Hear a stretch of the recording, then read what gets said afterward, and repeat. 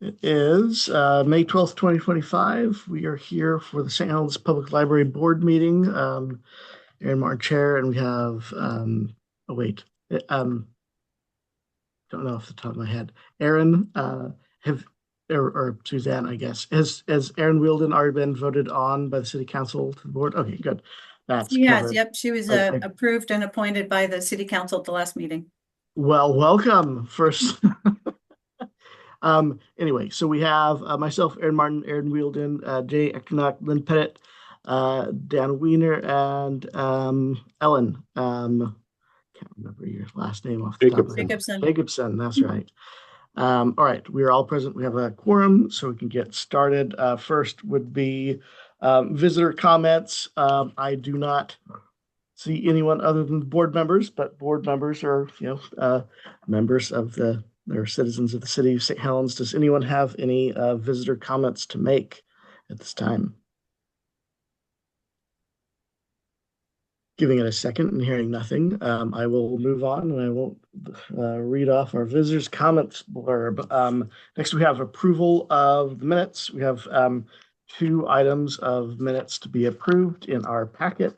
If anyone's had a chance to look at those and wants to make a motion to approve those, please let me know.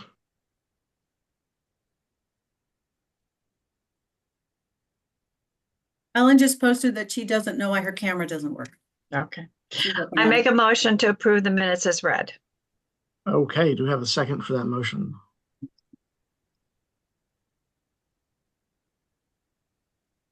Desperately need a second. Jay is our second. Any discussion on the motion to approve the minutes? Any thing needs to be amended, changed, amend the motion? Hearing nothing. All in favor of the motion to approve the both of the items of minutes?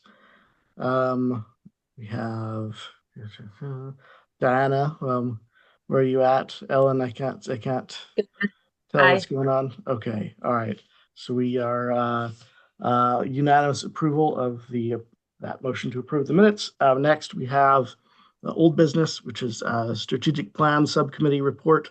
We had reported a little bit last month. We had had a meeting set for last week, and I we canceled it mostly because of me being too tired and asking Suzanne to change it. So we'll follow up on that as soon as we can.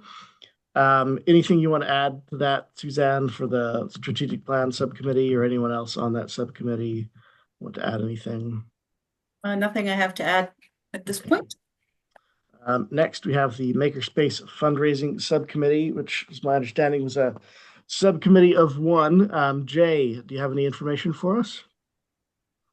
Yeah, the last Elks meeting, I made a motion for funding. I got two different groups to come forward for 750 and 250. So I'm expecting a check for $1,000 shortly. I just need to know, do they make it out to the city? Where does it go? And my wife and I talked, and we're voracious readers, and we're going to tag on 500 of our own monies to put in an initial donation of total $1,500 between the Elks and us. I imagine you'd need somebody from the city to sign off on a receipt so they can deduct that. Suzanne, do you have any information for follow-up on that? It is not deductible if they make the gift directly to the city. We have had folks that have made the gift to the friends, and then they pass that through the city, and then that may be eligible for tax deduction. Okay. Tax deduction is not germane or needed for either my wife and I or the Elks. We're fine. Okay. I will connect with you, Jay, afterwards to thank you very much, and also to get you the information that you need about that. Very good. Jay, just one question. Was there anything else you think that could be followed up on, or anything else that you need assistance with on those, I guess, objectives, fundraising for the makerspace? Anything anyone else could do to help? Again, I'm the consummate sales guy. I'm a 3-year St. Helens resident. I don't know people of means, but I'm not bashful about asking if directed to the right place. The same committee at the Elks that facilitated the $750 is going to go back in summer, either June or July, on their spaghetti feed and run the same event. So I'm expecting another package of money then, but I'm sort of limited as to my contacts in the local area. But again, I'm pretty good at the ask if given a name. Right. Thank you. I'll just add one little tidbit. As you may recall, Colleen Oler, who's a former board member, was also helping Jay on that. And she did reach out to me last week, and she is working on, as Jay and she and I discussed previously, finding some vendors that might be willing to install materials like flooring and plumbing once those are purchased. In kind. Yeah, in kind, exactly. Yeah. Okay. Was there any, Suzanne, do you have any updates for it? I know there was, were those in-kind donations already made? It was like the flooring and other stuff. Did we already talk about this? What I just mentioned was Okay. was all that I have to share at this point. Okay. That Colleen Right. is working on that. I'm so sorry, my laptop froze. Hi, Diana. Welcome back. I vote to approve the minutes. We are Well, on to old business. Okay. Let me think. Moving on, to new business board terms. I think we had, um, let's see, some people whose terms will be expiring. Suzanne, I'm assuming you have a short list of those so we can address them. I do have a short list. Jana and Rob and Diana will all their terms will all be up on the end of June, the end of the fiscal year, and all of them are eligible to continue as board members if they would like, without a requirement for us to go back to the community and ask for new applicants, unless the board decides that we don't want to. We don't want any of those people to continue, and I'm certain that's not the case. Okay. Well, do we, when's our timeline or deadline there for a decision for those folks? So we know. There You would know, be up as of July. Is that the start of the term? July So, 1st, yep, July 1st would be the first meeting that the new applicant or the new applicant or okay. board member could participate. We can start taking applications as soon as we know that which board members, if any board members, are wanting to step down from the board. So, Jenna, Diana, and Rob, please let us know. Hopefully by next meeting, our June meeting, and we can forgo that. Otherwise, we'll. I will voice right now. I already had an email with Susan. I will be stepping down. Not because I don't love the board and would like to stay, but because we have finally settled our lawsuit with State Farm and should be moving back into our house in the next couple of months. We finally got all of our stuff out of the salvage company last week. And it filled a shipping container plus of stuff. So we're finally going to find out what we still own and what we don't. And between that and yeah, so we're going to have to move. We have to move, get the rental house cleaned, move back into our house, buy furniture, which was the one thing we don't have any of, and try to reset up our lives. And I just don't feel like I will have the availability to do to be a good, responsible, reliable board member with all of that going on, because David is still working full time. Plus I'm on the hunt for a job. So between those two things, it's just more than I can do. I would love to come back to the board maybe in a year once my life is functional, but I just don't see it working for the next couple of months, honestly.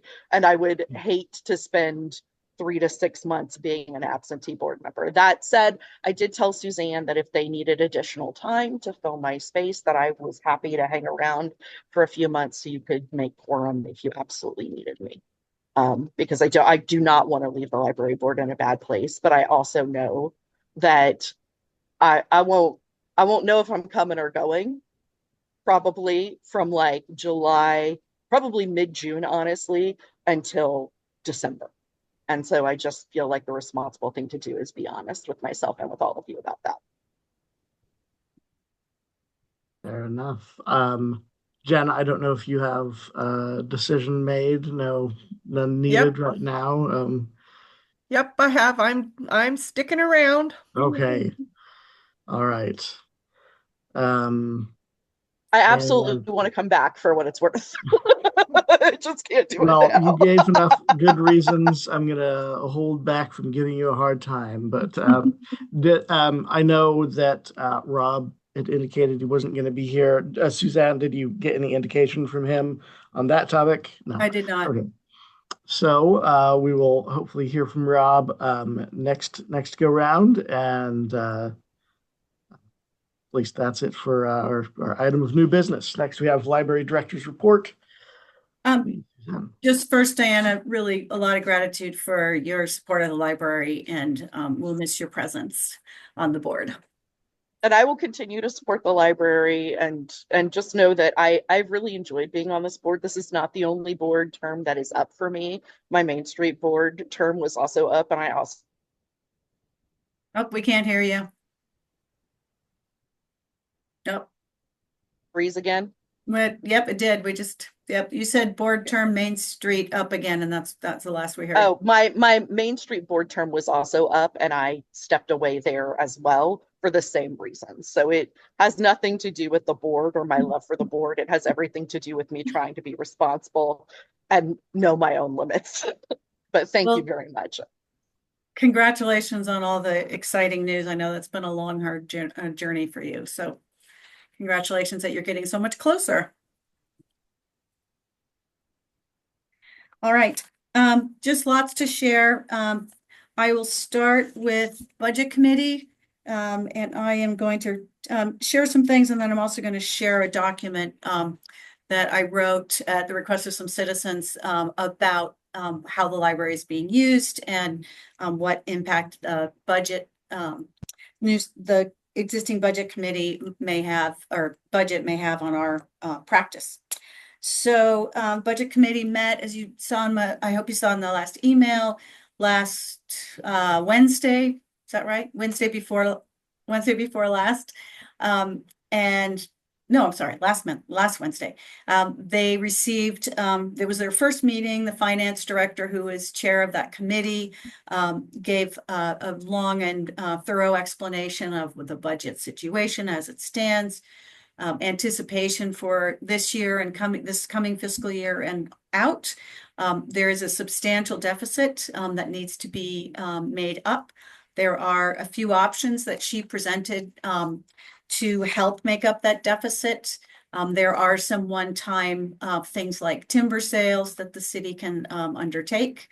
There is discussion about across the board budget reductions for every department, minus the police department. There are some discussions about one of the options that was offered was a $10 to $42 per month general services fee that would be tacked onto owners, anyone that pays property tax. That sounds like that would be a difficult, just listening to the budget committee, it sounds like that would be a difficult lift for the budget committee and, and our citizens. The other option, a few other options. One is to reduce or eliminate COLA increases. That would be either 1%. Right now it's 2%, either go down to 2.5%, go down to 1% or eliminate those. That would save the city about $90,000. The other option, which is getting a lot of attention and certainly from our staff as well, is the potential for, as I mentioned in the email, an 8-hour per month furlough. That would include both full-time and part-time staff. That would require us to, let me get to this document and I'll show you. So I'm not just telling. All right, can everybody see something called St. Helens Services and Resources? Okay, so just want to go back over a couple of the facts and figures that I shared with you in the last month. 30% increase in visits this April over last April, and then also just exceeding our April 2019 numbers, which were very, as you can imagine, much higher before the pandemic. So a lot more folks coming in. I think that that reflects concern in the community for what people's individual financial situations might be, or they're anticipating that might be. Again, and then total visits January through April between this year and last year, an increase of 17%.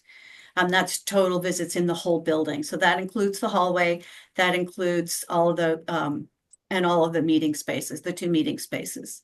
I asked Brenda to pull up, there's a couple, Cornell University and University of Miami both have calculators that it's standard practice for libraries to use to indicate the value of the items that people have borrowed.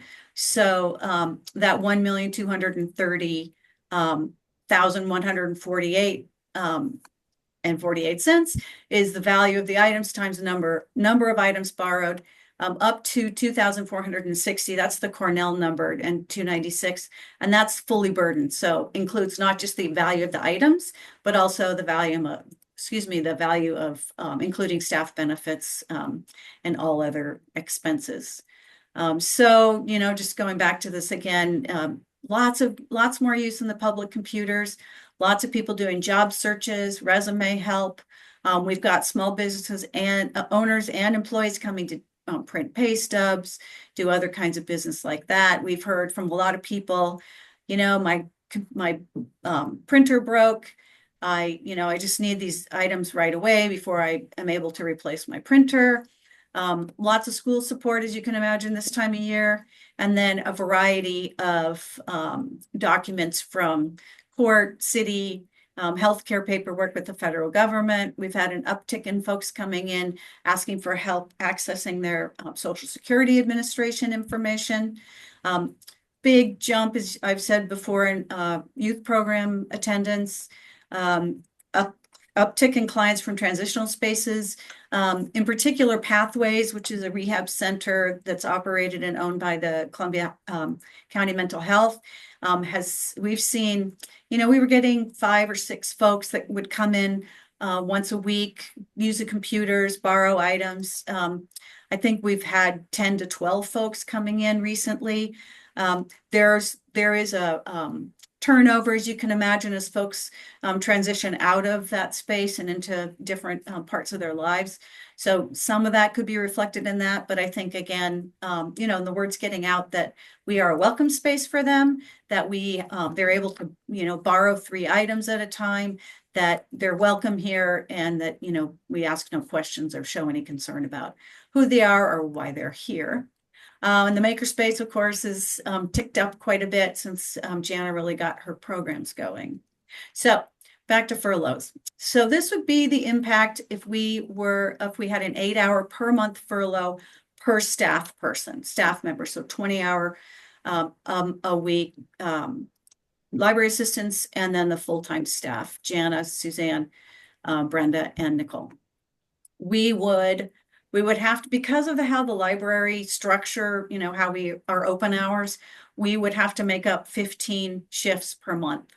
Our best calculation is we'd have to reduce our open hours by 2 half-days per week. So we're talking about the 2 days and hours when we have the fewest. I mean, it's not a big difference, but if we had to choose, Monday afternoon and Friday morning are the 2 times that those make the most sense from a visits perspective. We'd have to cut back at least 3 programs from youth and in the makerspace. We talked about reducing the number of the Certification 101 classes that we have in the makerspace, reducing those by 2. A couple of other youth programs, probably, unfortunately, Head Start and some of our other outreach, so that we can maintain our, bread and butter youth programs, which are so popular and so necessary. And in particular, this would be challenging for us if we were to start this on the 1st of July. We'll be right in the middle of our summer program. So, it would be really hard on our patrons and staff, for that matter, if we were to have to cut then.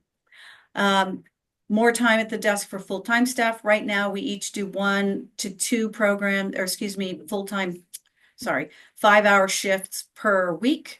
If we were to be, if our part-time staff hours were reduced, then that would reduce our ability to complete our other essential projects. Nicole took a look at how many items we process per month, and her estimation is that we would process up to 200 fewer items per month, and that's the physical items, books, DVDs, and library of things items. And then, of course, because the building would not be open, this would impact our users, not only in the library, but our hallway users doing work source mentoring, teen meetups, vulnerable community member safety, hallway users for tutoring, and all of the other things. So, this would have a substantial impact on our community and the library community. Hang on a second. Here we go. I'm gonna make that. I have a question. Yeah. Was there any acknowledgement from the budget committee that during hard economic times, the library is even more valuable than at other times, and so it is one of the worst resources to cut? Excellent point. At that meeting, the entirety of the meeting was the finance director, chair of the committee, going over what the process is.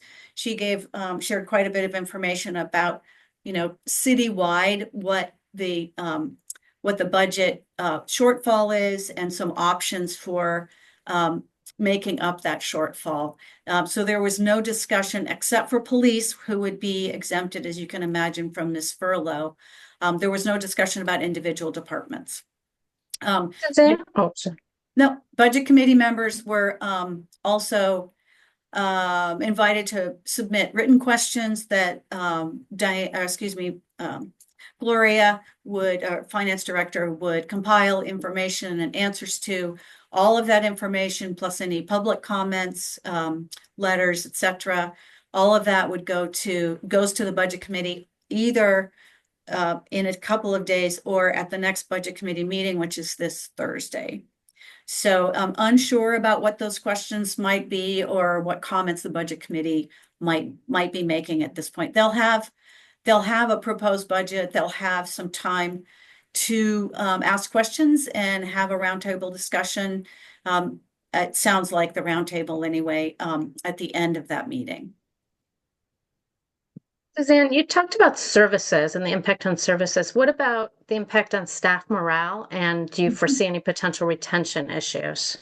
Excellent question. Can't speak to retention except to say that 8 hours a month is a substantial effect on part-time staff. Of course, it's hard to predict. It doesn't sound like City Council really has the stomach for the furloughs, but I cannot, obviously we can't guarantee. As far as morale is concerned, we have an amazing staff, and they have, they're so not only really dedicated to the community, but also dedicated to their craft and to the work that they do. Having said that, city budget and what's happening on the federal and state level are, of concern to all of us. And I think yeah, I mean, I think any encouragement to the staff would be greatly appreciated. Did that answer your question? Yeah, that's great. I think that's important to acknowledge how fantastic your team is and that this has really got to be hard on them, just contemplating it along with the other departments in the city. Yep, yeah, thank you. Do you support us submitting comments to the budget committee? Yes. Yes, I Okay. cannot advocate for that. I can provide any information you might need. Excellent, because you're not asking me, I'm offering. I would like to write to them. If you can pass that information along to the board, I would find that very helpful. Thank you.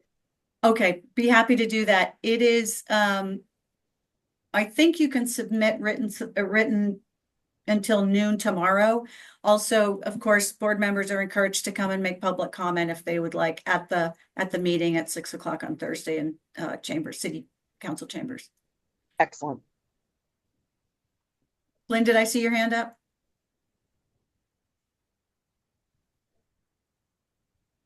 I put my hand up because I'm writing a letter too. Oh, thank you. There. Thank you very much. Appreciate it. Much appreciated. Anything else about the city budget, or I'll go on to what's happening on the state level and the federal level? Nope.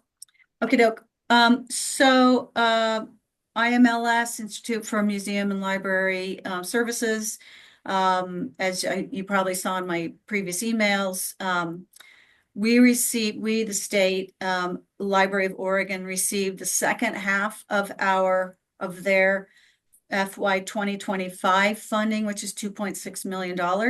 That will all be awarded according to the letter, not promissory letter, but according to the letter that State Library received last week.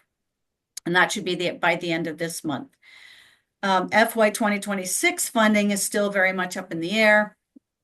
Excuse me. The lawsuit that Oregon joined with 23 other state libraries was successful in helping to secure that 2025 funding. As you know, the IMLS staff was cut from 75 to 13. There's a lot of questions about what will be funded, how that will be funded. That's in the hands of the congressional folks and the budget planning. So, again, the impacts that would have on the on us specifically at our library is the amount of Libby items that would be available to us. The Gale academic databases would be sharply curtailed or cut. We have access to something called Answerland, which we don't use very much in our library, but is used quite a bit with the academic libraries. And that's an opportunity to reach out to, you'll see the link on our website where you can reach out to a librarian after hours and get some sort of general information. It's not our staff. It's a service that's staffed by a vendor that works with the state library. I'm so cautiously optimistic, at least for the end of this fiscal year. Again, lots of questions. Of course, I can't advocate for anything, but the state library would certainly appreciate any outreach that you may contact you may have with your congressional delegation and any other contact that you might want to offer on their behalf, and I guess ultimately on our behalf.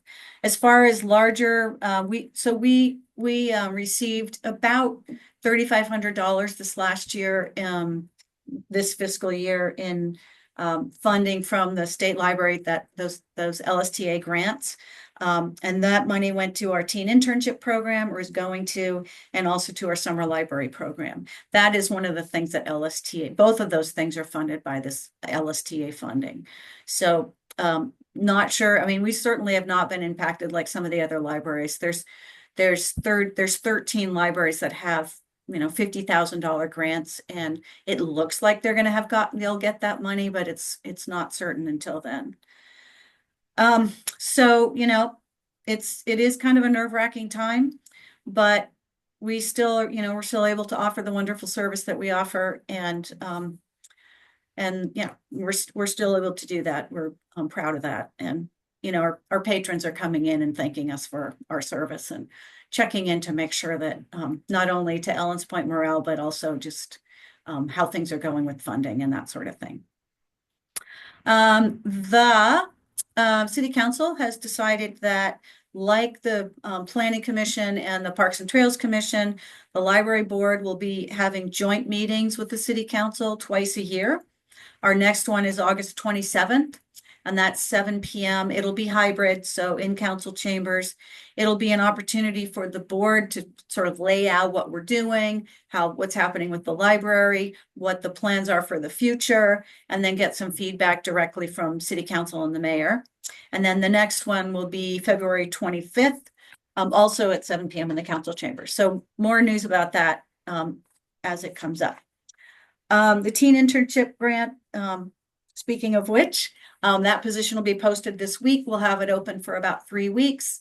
We've already had some teens come in and express interest in helping. It's a funded, it's a paid position through the summer. Those folks will be helping us establish a teen advisory council and also help us with summer library challenge programming and probably some materials and supply arranging and setting up as well.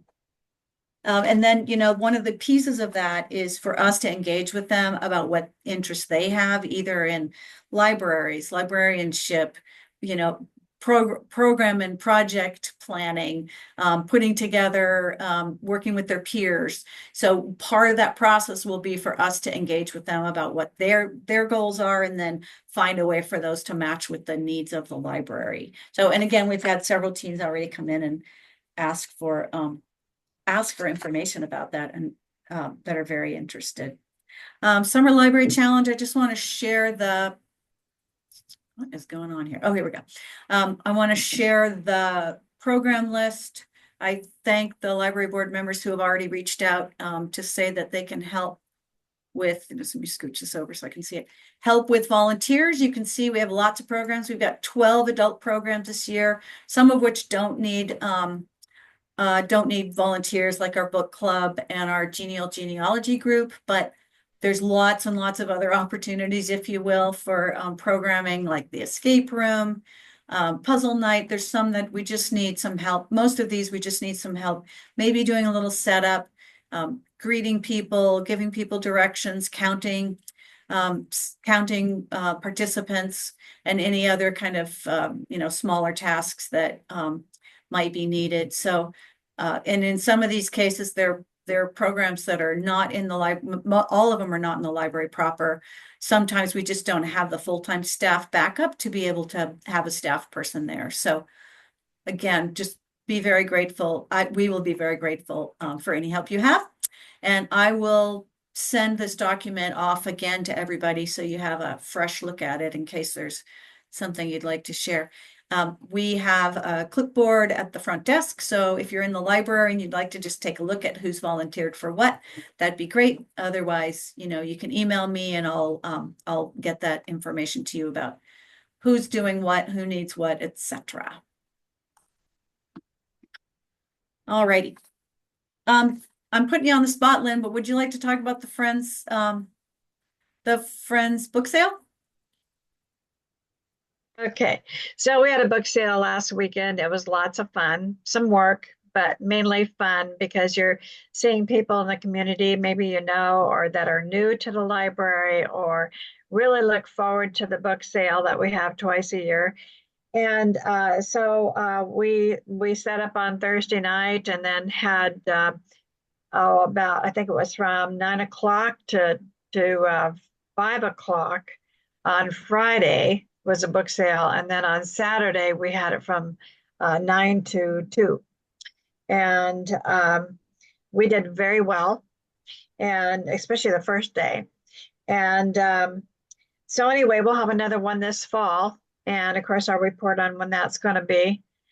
We haven't decided that yet. And I don't have the amount that we earned at the book sale yet either. But another good thing that's happening for us, we're trying to catch up with the times, and we'll be getting a square so that people come in and they don't have the cash, which is quite often. We'll have a square that they can use. It'll be easier on library staff too. So let's see what else. I think that is about it for right now. Thank you very much. Sure. yes, to Lynn's point, having that square at the library will have a big impact. We have lots of folks that come in with a stack of books and don't realize that they need cash or a check. You know, I don't even think people my age are carrying checkbooks around anymore. It's certainly not very common. So yeah, that'll make a big difference. I think we all think at the front desk that that's gonna have a big impact on the Friends' ability to sell things and support the library. Seed libraries going gangbusters. Wow, we're seeing lots of folks come in, especially for vegetable seeds, as you can imagine this time of year.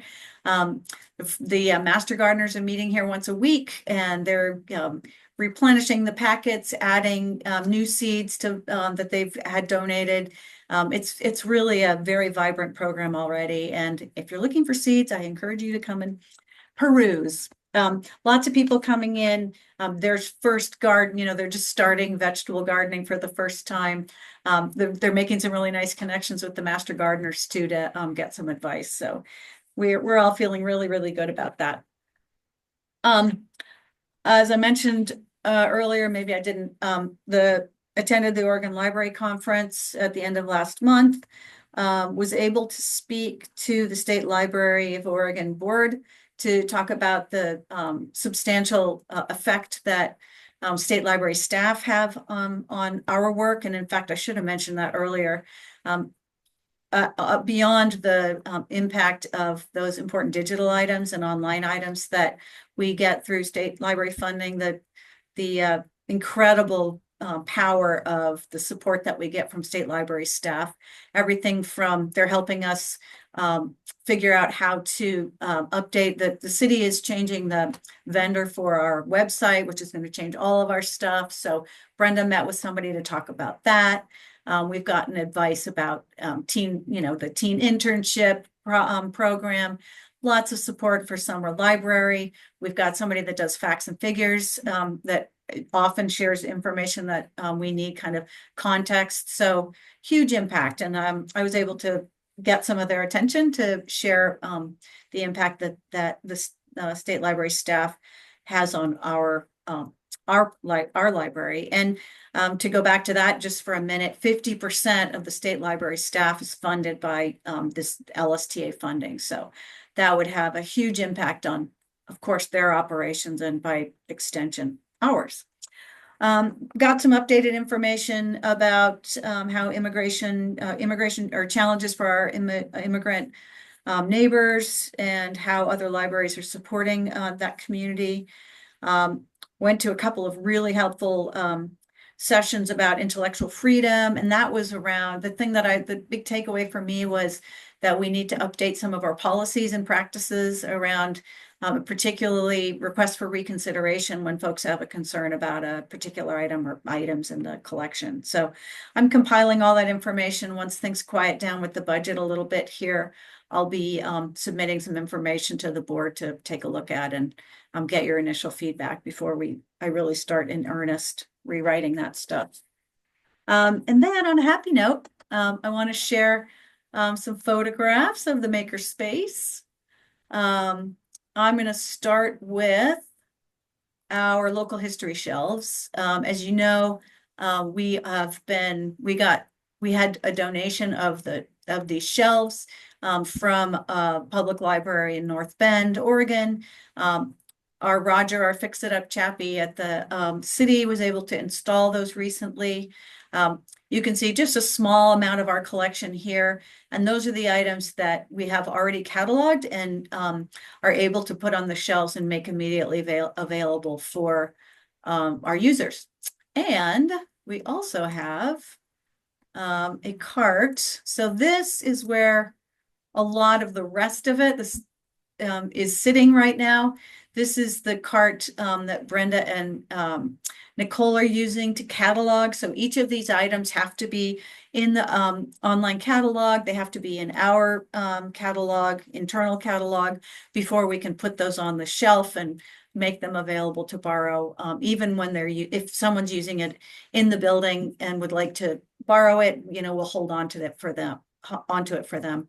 So you can see there's lots of items. Some of those have an ISBN, which means they have a catalog record, so they're quick to add into the catalog. However, a lot of those items are so old that they do not have what we call a MARC record, which is 85 fields. It's a code, it requires knowledge of codes.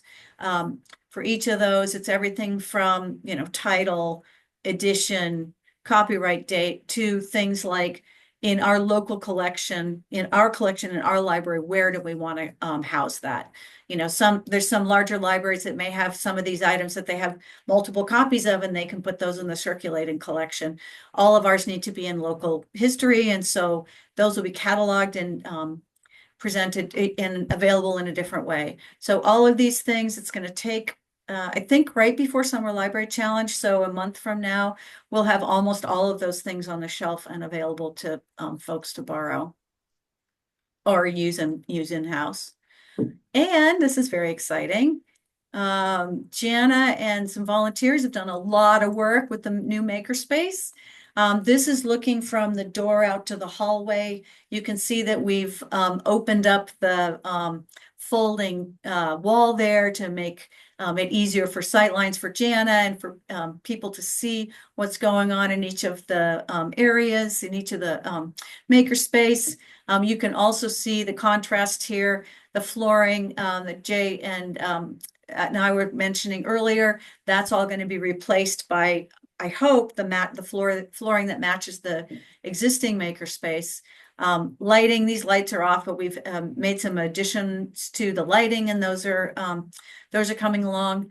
Over there on the left, you can see some items we've already moved: the Cricut and the t-shirt press, and a couple of other things that we will. They're just a start. We've got other tables around the room that we're getting ready to populate, if you will. And then I'll just show you one more photo. Here it is, looking from the existing makerspace into the new room. The one thing I want to draw your attention to is that bank of brown cabinets. We have a volunteer who has put hours into organizing what goes in there. So the concept is, what we're going to do there is those items will be available for users to take as they need. They won't require staff input besides, oh, you need to, it's in cabinet 3, shelf A, or whatever it might be. So Bobby, our volunteer, has gone through a lot of the items that Jana gave her to look at, organize them all, put those in the cabinets. So they're ready, almost ready for anyone to use anyway. It's not just items that will be used in that new space, but in the whole space. So super exciting. We're making big strides. And then the last thing I'd ask is that I mentioned this at the last meeting. We would really like to name the local history reading room and maybe the makerspace. I think right now focusing on their local history room makes the most sense. Again, it has to be approved by city council. I'd love it if there was a board or member or two that would like to take that on and work with Brenda to come up with some suggestions for the board if there's anyone that might be interested in that. And that's it.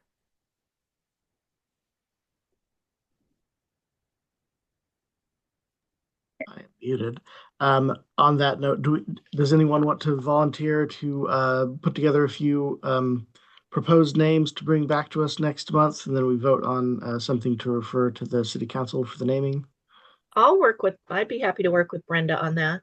Right. Anyone wants to join me? I was just going to throw out, what is it, Linus Pauling, the Oregonian Oh, yeah, two-time good. Nobel Prize winner. Mm. Peace and chemistry, my idea, but I think there's a event hall or a former school in Portland with the same name, but still a good idea. Maybe something more local, like some of the main proponents of funding the library to begin with. Anyhow, thank you, Aaron, for that. And just next time it's an action item we'll discuss briefly, but so next month, just come with a couple names and we'll have that on the agenda, and you rattle them off. We'll discuss them, and then we'll vote to approve one of them. All right. Suzanne, is Brenda in the library? Oh, she froze. Oh, You're still frozen. wasn't Lou Witt one of the names? Lewitt, yes, the name for Mount St. Helens. It's traditional Native American. I'm blanking on what the tribe is. Yes, it is anyway a local Native American name. And it I believe there was a room in the high school that had that name that they've moved on to a different purpose and are no longer using. Yeah, I like that. Aaron, if you're still with us, I will connect you and Brenda, and the three of us can have a quick meeting, and then I'll get out of the way so you two can put your heads down and come up with some ideas that you'd like to pass on to the board. Okay. Maybe she'll be back here shortly. Our next item is council's report. I do not see our councilor liaison, Mayor Massey. Do you not have any information for us, Suzanne? I do not. Okay, then other business. I don't see any other business, but does anyone have anything they want to discuss or add on to our agenda for next month? Hearing nothing. Summarize action items. One, Aaron Wielden is going to get us some proposed names for naming of that room. And then what else? Suzanne. Subcommittees are going to meet, or the strategic plan subcommittee will be meeting. Yeah, And we should all submit written comment for the budget committee. Yeah, not that it's an action item for next month, but that's something I would encourage but it's everyone action. to do. Yes, take direct action. Just again, if you want to submit for this coming budget committee meeting, which is on Thursday, it needs to get to Kathy Payne at the city by noon tomorrow. And her contact information, I can share that. Maybe I'll just do a follow-up email if that works for folks and add that contact information. Would that be helpful? Sounds good. Okay. All right. Any other action items? Anything we have not mentioned from anyone? Hearing nothing. Next item is adjournment. Does anyone have a motion to adjourn? I make a motion to adjourn. Then moves. Do we have a second? Jana, does see your Second. hand? All right, we have a second. Assuming no discussion, all in favor of adjourning, raise your hand, say aye. We are adjourned. Thank you, everyone. And just one last thing. I'm just really grateful. We're really grateful for your advocacy and support of the library. So it's a tough time, and we really appreciate it. Have a good night, everybody. Good night. Good night. Go get that long arm quilter. Yeah. I have time.